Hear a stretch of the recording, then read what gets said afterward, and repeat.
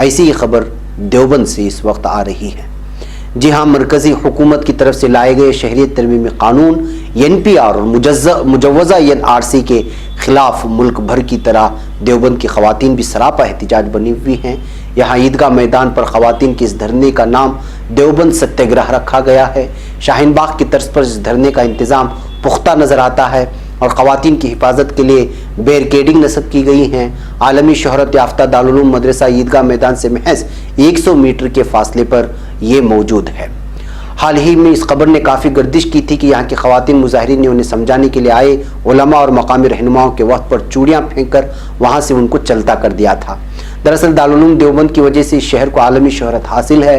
Police انتظامیہ کی طرف سے اکثر شہر کے نظم و نسق کے حوالے سے دارالعلوم کے ذمہ داران سے مدد لی جاتی ہے، لہٰذا عیدگاہ میدان کے دھرنے کو دارالعلوم کی مدد سے ختم کرانے کی کوشش کی گئی۔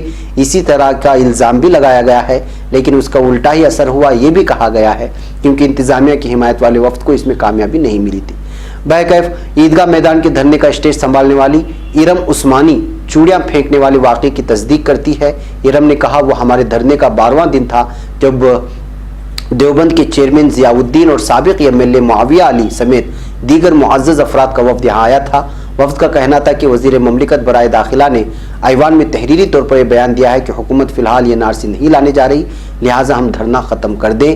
لیکن اس وقت ارم نے مزید یہ بھی کہا کہ وفد سے ہم نے کچھ سوالات کیے جن کا جواب ہمیں نہیں ملا۔ ہمیں معلوم ہوا کہ وفد انتظامیہ کی ہدایت پر ہمارے پاس پہنچا ہے۔ سیاسی رہنماؤں کی گفتگو کے دوران اچانک خواتین میں ناراضگی پیدا ہو گئی اور انہوں نے اپنی چوڑیاں نکال کر ان پر پھینکنا شروع کر دی۔ میں نے بھی اپنی چوڑیاں ان لوگوں پر پھینک دی ہے۔ بہرکیف ناظرین، ایک لمبی داستان ہے، یہ خبر آپ لوگ تو پہنچے ہوں گے، لیکن جس طرح شاہین باغ کی خواتین اس وقت پوری طرح سے نڈر ہو کر کے اور پورے حوصلوں کے ساتھ اور پورے ہوش کے ساتھ جس طرح کا پرامن طریقے سے احتجاج کر رہی ہیں، اسی طرح ملک کے مختلف علاقوں سے ہمیں خبریں آ رہی ہیں۔ ہم بارہا جہاں سے بھی کچھ تصویریں آتی ہیں، ویڈیوز آتی ہیں، وہ آپ لوگوں کے سامنے رکھ رہے ہیں تاکہ ان خواتین کی حوصلہ افزائی ہو۔ اگر آپ لوگوں کو بھی محسوس ہوتا ہے کہ آپ کے علاقے میں اس طرح کے احتجاجات ہو رہے ہیں اور سیدھی بات میں اور پرائم ٹائم میں وہ تصویریں نہیں دکھائی گئی، ضرور ہم لوگوں کو شیئر کریں۔ ہم چاہتے ہیں کہ وہ تصویریں دنیا کو دکھائیں اور جو ہے ان کی ہمت افزائی کریں۔ کوئی میڈیا دکھائے نہ دکھائے، لیکن یہ سیدھی بات آپ لوگوں کا ہے، یہ پرائم ٹائم آپ لوگوں کا ہے، آپ ہی لوگوں کی آوازیں یہاں اٹھتی ہیں۔ آپ ہمیں شیئر کریں اور ضرور اطلاعات کریں، کیونکہ ہزاروں لوگ واٹس اپ کرتے رہتے ہیں۔ یہ ضروری نہیں کہ آپ کے کسی پیغام پر ہماری نظر جائے۔ جب کبھی کوئی پیغام بھیجے تو جو ہے وہ ہمارے دفتر کے نمبر پر یا کسی بھی نمبر پر جو ہے اطلاع کر دے تو اس کو جو ہے پہلی فرصت میں نکال لی جائیں گی، اس لیے کہ جب نمبر عام ہو جاتا ہے تو ظاہر سی بات ہے کہ ہمیں دیکھنے والوں کی تعداد لاکھوں میں ہے، تو ہر کوئی اپنا کچھ نہ کچھ بھیجتا رہتا ہے۔ ویسے ہمیں دیکھنے کی ویسے فرصت تو نہیں ملتی، لیکن جب کوئی خاص چیز کوئی بھیج کر کے اطلاع کرتا ہے تو اس کو دیکھنے کی ہم ضرور کوشش کرتے ہیں، اور اگر وہ شیئر کرنے اور آپ لوگوں کے سامنے رکھنے کی ضرورت محسوس ہوتی ہے تو اس پر ہم ضرور تبصرہ بھی کرتے ہیں اور عوام کے سامنے بھی لاتے ہیں۔ بہرکیف ناظرین، یہ بھی ایک قسم کی اپیل ہی سمجھیں کہ اگر آپ یہ محسوس کرتے ہیں کہ کوئی چیز ہے لیکن وہ باقاعدہ پوری تحقیق کی ہوئی ہو، اوٹ پٹانگ والی چیزیں ہمیں شیئر نہ کریں۔ لوگ پتہ نہیں کہاں کی لنکس اٹھا کر کے ہمیں شیئر کر دیتے ہیں، کہتے ہیں کہ مولانا آپ اس کو دیکھ لیں، اس کی حقیقت کیا ہے، جیسے وہ دیوبند کی اور وہ جیسے ایودھیا اور دیگر بھی بہت سارے۔ آج کل ایک ویڈیو چل رہی ہے، درخت کے اندر ایک مسجد ہے، کسی نے کل مجھے وہ شیئر کر کے کہہ دیا کہ مولانا یہ دیکھیے معجزہ۔ بھائی یہ کوئی بڑا درخت ہوگا اور وہاں کے لوگوں نے اس کے اندر حصہ دے کر کے مسجد بنا لیے ہوں گے، اب اسی کو اتنا بڑا چڑھا کر کے الگ الگ سرخیاں دے کر کے ایک وہ معجزہ ہو گیا، یہ معجزہ ہو گیا، اور درخت کے اندر زمین پھٹ گئی اور اس کے اندر مسجد بن گئی۔ ایک عجیب قسم کا جو ہے ہم لوگوں کے جذبات ہیں، ان تمام چیزوں پر کنٹرول کرنا چاہیے۔ آنکھ بن کر کے کسی چیز پر جو ہے یقین نہیں کرنا چاہیے۔ ممکن ہے کہ درخت بڑا ہونے کی وجہ سے گزرگاہ بن گیا اور راستہ بن گیا، وہاں پہ نماز پڑھنا شروع کر دیا اور لوگوں نے، اور کوئی جو ہے لائٹ وہاں پہ پہنچا دیا۔ اب اس بات کو لے کر کے جو ہے ایک عجیب و قسم کی کرشمہ، معجزات اور الگ الگ قسم کی چیزیں مجھے شیئر کر رہے ہیں۔ پھر بھی دیکھتا ہوں میں کچھ دنوں میں، اور وہاں کی کوئی محقق اگر ملتی ہے تو وہ چیز بھی آپ لوگوں کے سامنے پیش کروں گا۔ بہرکیف ناظرین، اب آئیے میں آپ کو لے چلتا ہوں پاکستان کی اس خبر کی جانب جو کل بہت زیادہ زیر بحث رہی، اور وہ نام ہے Hafiz Saeed.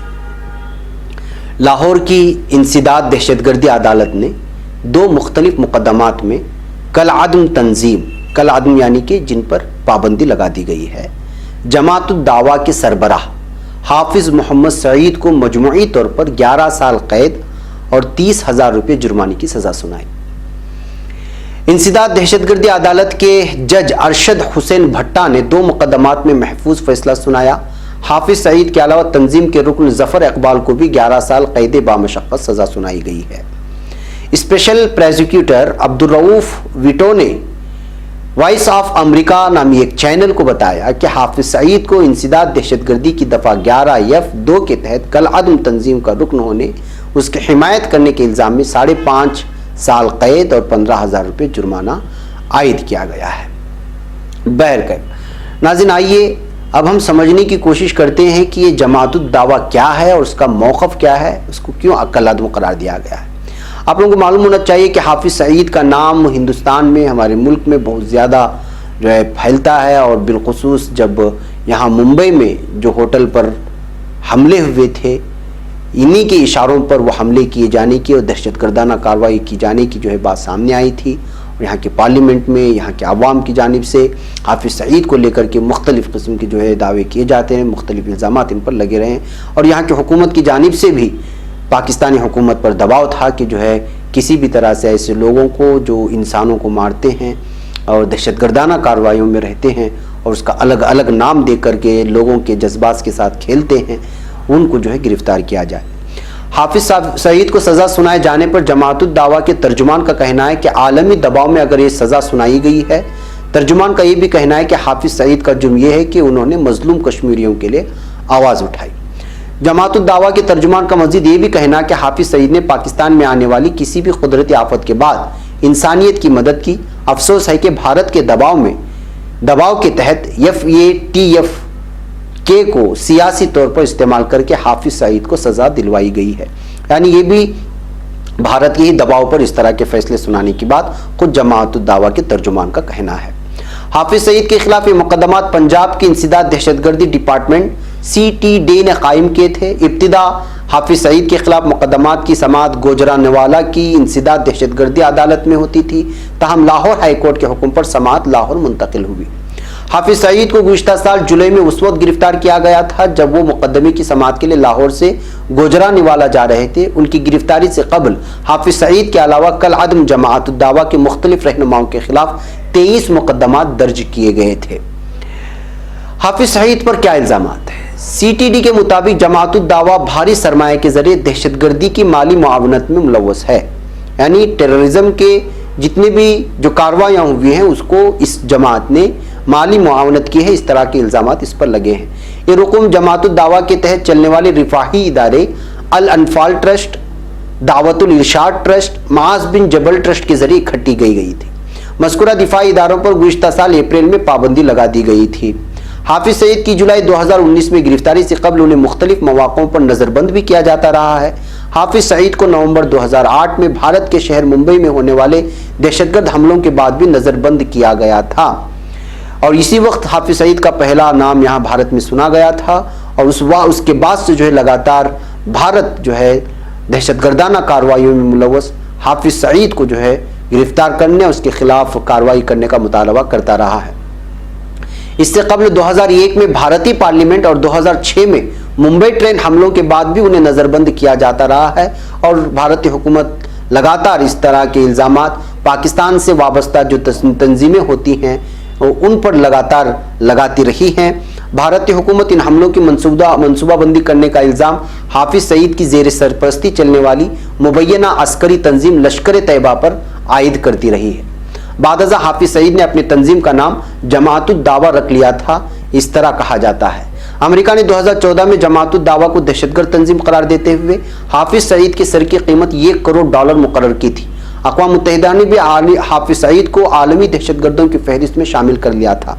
Financial action task force یعنی FATF کی جانب سے پاکستان کو گرے لسٹ میں رکھنے کے بعد جماعت الدعوہ سمیت دیگر کالعدم تنظیموں کے خلاف کارروائی میں تیزی آئی، اور حافظ سعید ان کے دیگر ساتھیوں کے ہمراہ مقدمات درج کیے گئے تھے۔ ناظرین، آخر حافظ سعید ہے کون؟ کیسے آیا یہ منظر عام؟ حافظ سعید کا تعلق پنجاب کے شہر سرگودا سے ہے۔ اس نے لاہور کی پنجاب یونیورسٹی سے عربی اور اسلامیات میں ماسٹرز کی ڈگری لی تھی، حافظ سعید نے 1970 کے عام انتخابات میں جماعت اسلامی کی مہم بھی چلائی۔ 1974 میں پنجاب یونیورسٹی سے تعلیم مکمل کرنے کے بعد وہ لاہور کی university of engineering and technology میں اسلامیات کے لیکچرر بھی رہے۔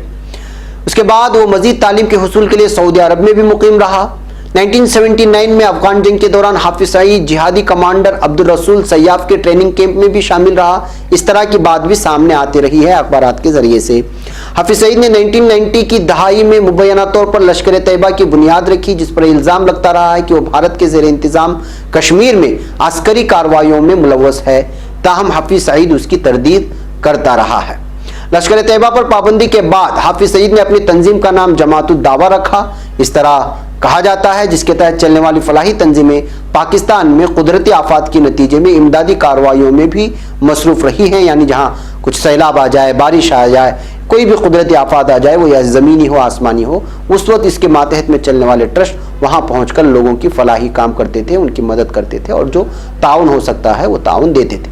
انہی ٹرسٹوں کے زیر تحت آنے والے جو فنڈ آتا تھا، اس فنڈ کو جو ہے دہشت گردانہ کارروائیوں میں استعمال کیا گیا ہے۔ اس وقت یہ الزام حافظ سعید اور جماعت الدعوہ پر لگا ہے، جس کی وجہ سے ان کو 11 سال قید کی سزا 2 الگ الگ مقدمات میں دی گئی ہے۔ یہ پوری رپورٹ ہے حافظ سعید کے سلسلے میں جو کل سے سرخیوں میں آئی ہوئی ہے۔ ضیاء الرحمان نے وائس آف امریکہ میں بھی یہ ساری تفصیلات پیش کی ہیں۔